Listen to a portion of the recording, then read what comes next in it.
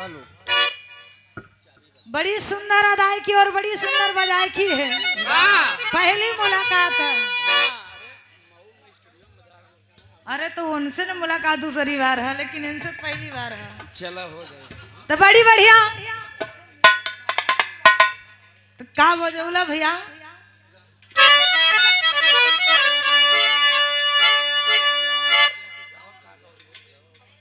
देखा गुरु दरबार है। गुरु दरबार में आज कलाकारन के बहुत ज्यादा न बोले के हो न ज्यादा बतियावे के हो। गुरु तो सब जाना ना, गुरु के दरबार में आ गई, नजर से नजर मिल गई तो गुरु खुदे पूछ गई कि कौन कलाकार कैसन हो, मन की इच्छा का है। और हमारी बड़ी दीदी जो कि हमारे एकदम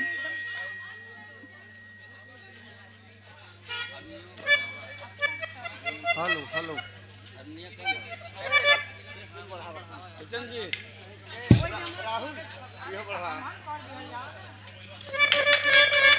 एक कार्यक्रम के मुख्य अतिथि हमारी बड़ी दीदी, विराह की कोई जोड़ नहीं है इनका, लेडीजों में सम्राट मानी जाती हैं। आदरणी चाहे बनारस हो के, चाहे मिर्जापुर, चाहे इलाहाबाद, चाहे पूरे उत्तर प्रदेश, बनारस में पहलवान ही लगल। सुमित्रा नंदनी बड़ी दीदी जी की ओर से इस कार्यक्रम को बहुत ही आज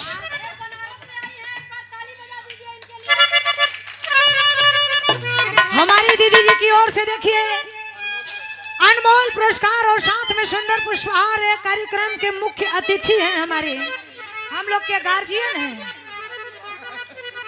और दीदी का आशीर्वाद पाके पहली बार धन्य हो गई कि पहली बार आके आशीर्वाद दे देनी। तनी गुरु जी के विषय में एक लाइन चर्चा हो जा। और उधर देखा बड़ा बढ़िया प्रीति दीदी वरी से सुने के मिलल, त्रिभुवन गुरु जी से सुने के मिलल, तो तनी कुछ इधर हो जा।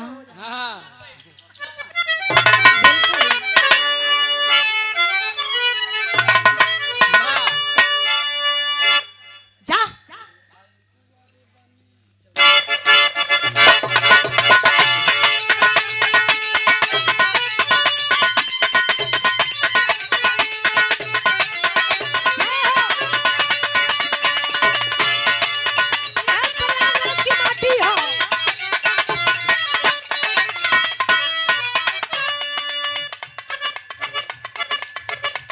बड़ी सुंदर गीत को संकेत करत हुआ।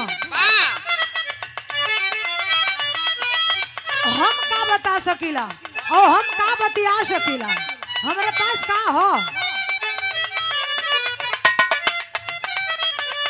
ई बिटिया गुरु के दरबार में आकर के अर्जी लगौले, हम माथा टेक के कहले हई गुरु जनो भाई से कहले हम अपन परिचय आप लोगों से कुछ बता ना सकीला, गुरु खुद जानला। गुरु की महिमा परंपार है। आइल दुआरी बानी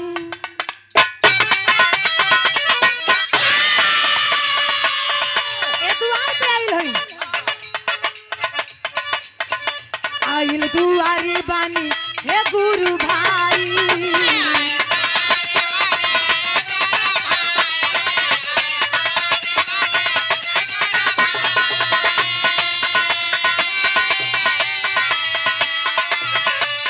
आइल दुआरी बानी हे गुरु भाई, लौआ से आपन का परिचय बताई।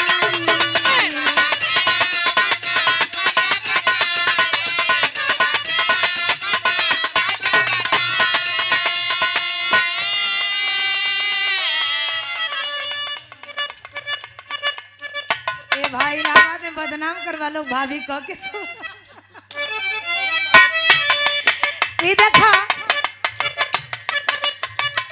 रणवीर सिंह बिरहा के बड़े अच्छे कलाकार आप हैं, जो कि हमके कल फोन करके बोलौला कि हमरे के यहाँ आवे के कविता जी।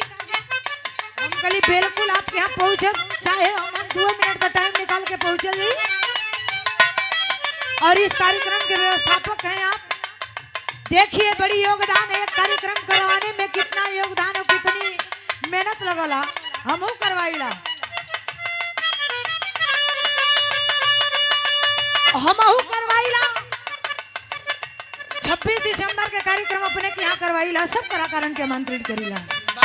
ये देखी बड़ी रुपया देकर के सम्मान के साथ में सुंदर पुष्पहार फूल के पंखुड़ियों में गुथा हुआ प्यार दुलार आशीर्वाद की चाह रही।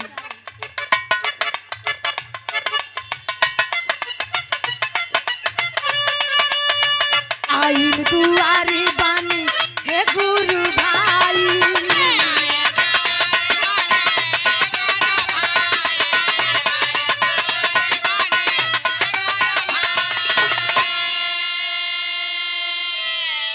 राजेश कुमार ईश्वरपुर बड़े भैया की ओर से 10 रुपए दे के सम्मान किए।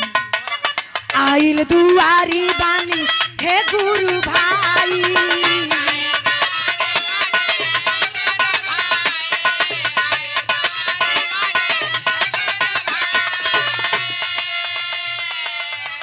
रउआ से आपन का परिचय बताई,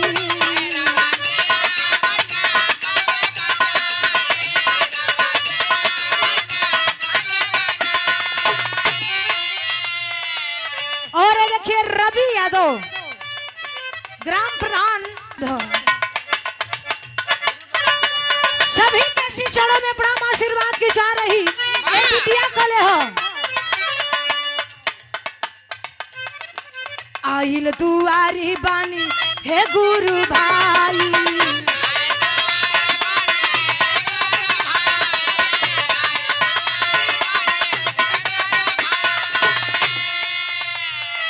रउआ से आपन का परिचय बताई,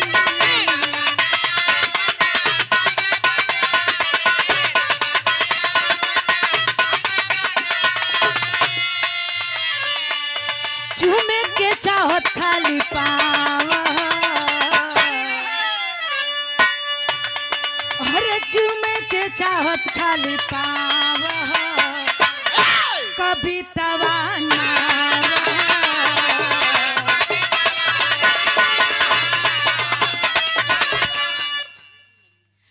देखिए प्रमाण भाई,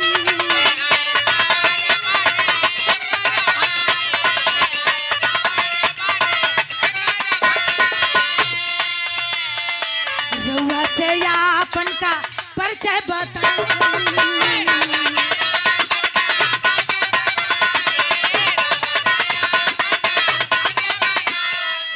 मुकेश कुमार भारतीय मोहम्मदाबाद की धरती 100 रुपए देकर के भैया सम्मान चढ़ो में प्रणाम आशीर्वाद की चाह रही। और ये देखिए प्रमादी प्रेम से बचई राम कवि ईश्वरपुर की पावन धरती गुरुजी की ओर से देखिए 51 रुपए दे के सम्मान किए। परिचय बताओ कि बिटिया कोनो जरूरत ना हो, आइल दुआरी बानी हे गुरु भाई,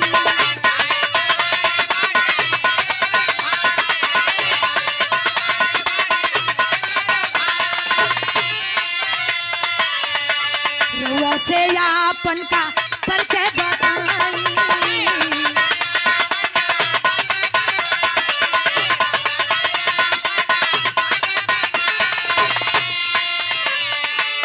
चूमे के चाहत खाली पाव,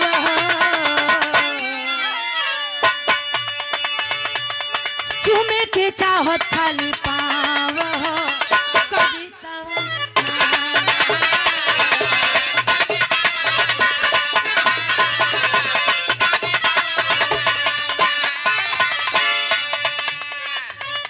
अच्छा तो गुरु दरबार में गुरु को हो गए तो नहीं, एक आध लाइन कुछ बजा के आ जा, हमारे गुरु जी का फरमाइश रहो।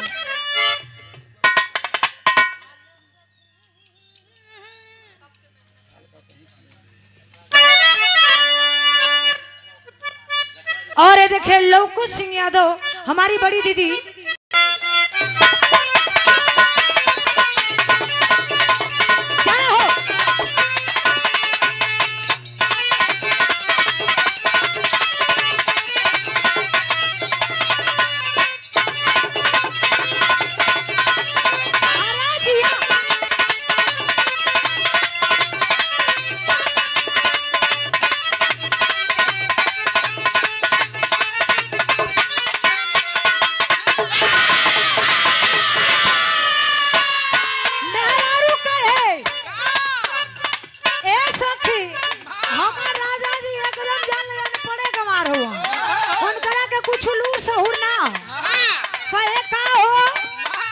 आवे नहीं है ये समय हालत का कोई पियावा के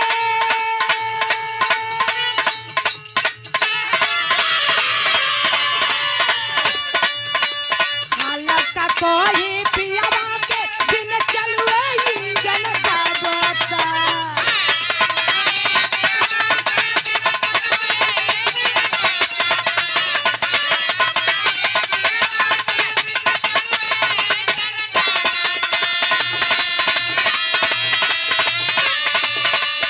कोई पियावा के दिन चलुए इंजन दाबता नया ड्राइवर नया ड्राइवर बनवे भाई भाई का नया ड्राइवर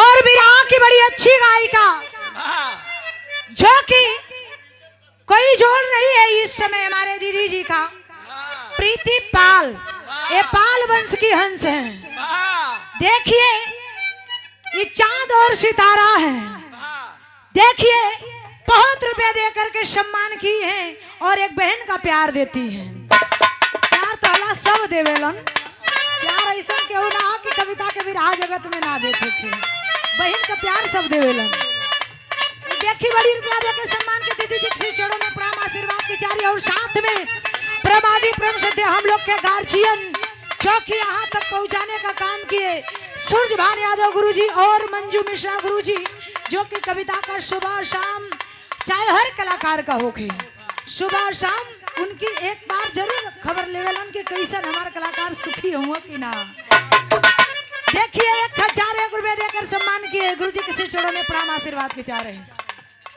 कहे कहा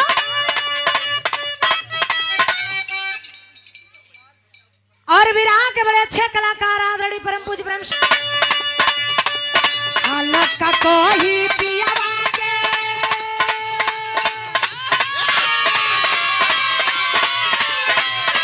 हालत का कोई पियावा के बिन चलुए इंजन दाबता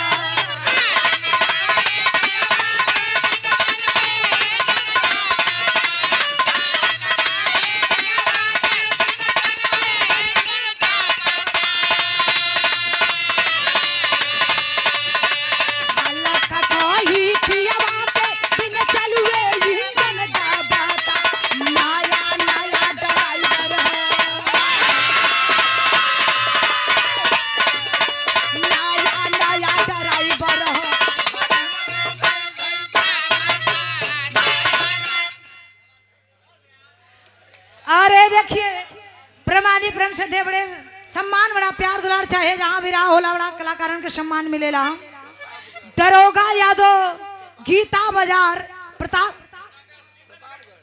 प्रतापगढ़ गीता नगर देखी 201 रुपया दे के सम्मान कला की हिलावे बदे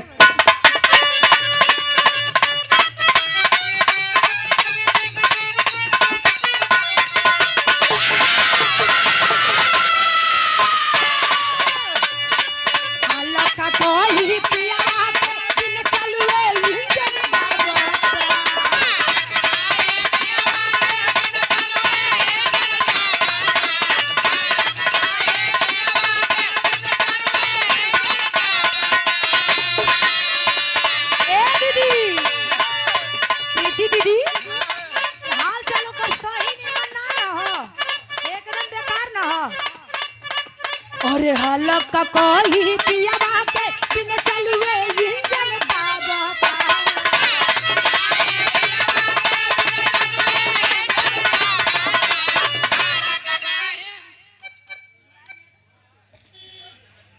ये देखिए प्रमादी प्रेम से हालत का कोई पियावा के बिन चलुए इंजन दाबता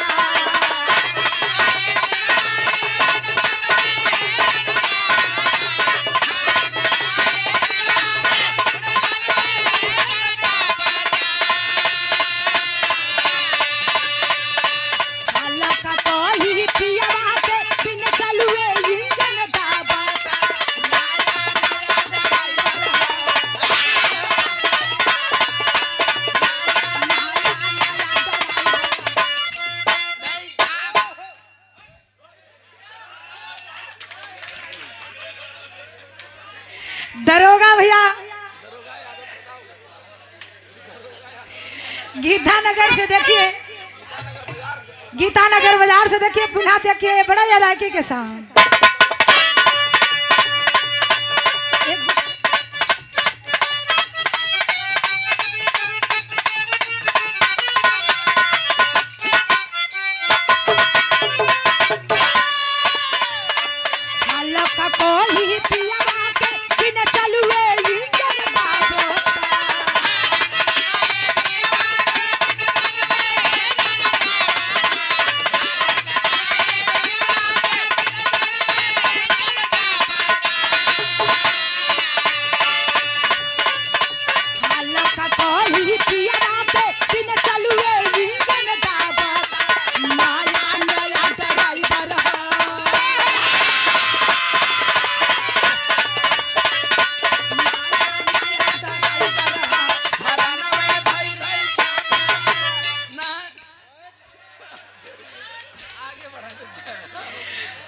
देखिए प्रमादी प्रेम से थे सूर्यभान यादव गुरुजी और मंजू मिश्रा गुरुजी और त्रिभुवन नाथ गुरुजी की ओर से तीनों मूर्ति की ओर से 500 रुपया देकर,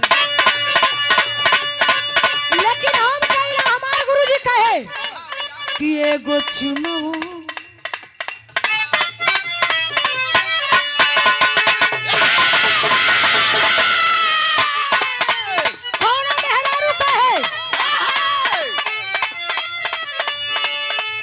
एको चुमवा गाल में।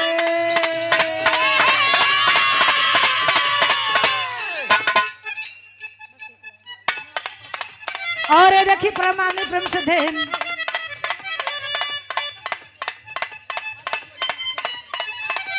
एको चुमवा ले जा गाल में संग दिलवो ले जा रुमाल में। एको चुमवा